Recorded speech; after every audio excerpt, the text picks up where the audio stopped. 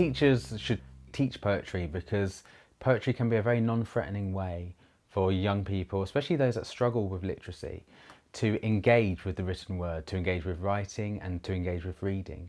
It's a wonderful short form that can be enjoyed very quickly, but each poem has a long legacy where a young person can read a poem for the first time but then come back to it again and again and explore emotions and feelings.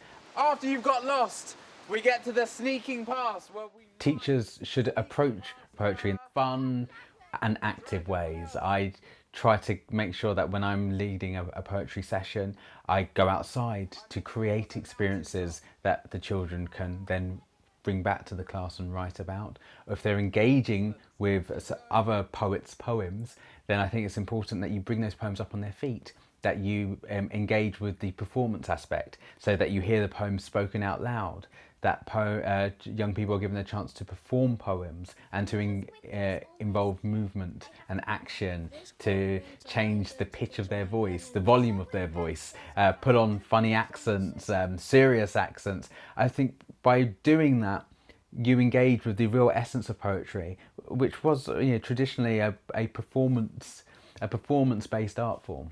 The entire school will be charmed by my multicoloured attire. My top tips for teachers for getting young people to engage with poetry is to give the students options. Let them choose the poems and the poets that they are interested in.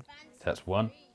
2, make sure they get to hear the poems out loud, either with them reading to each other or the teacher reading the poem out aloud to students.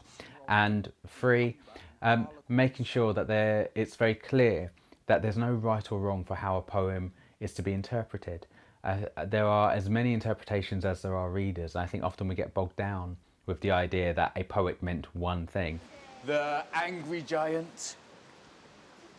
What are you tiptoeing past? I inspire children to write poems by using the world around us and making it fun and accessible. So I will often take young people out into the playground, into conservation areas, or even if there's just a tarmac playground, I would take them out there, for example, with post-it notes to do simile hunts. I will get them to engage with memory, to think back to a time they were happy or sad or scared or excited, and to draw upon those memories to make the poems personal, but also to find ways of safely expressing our emotions through poetry, because by doing that, we get to share with our class and with the world at large that aspect of us that we don't always get to share, that we don't always get to see.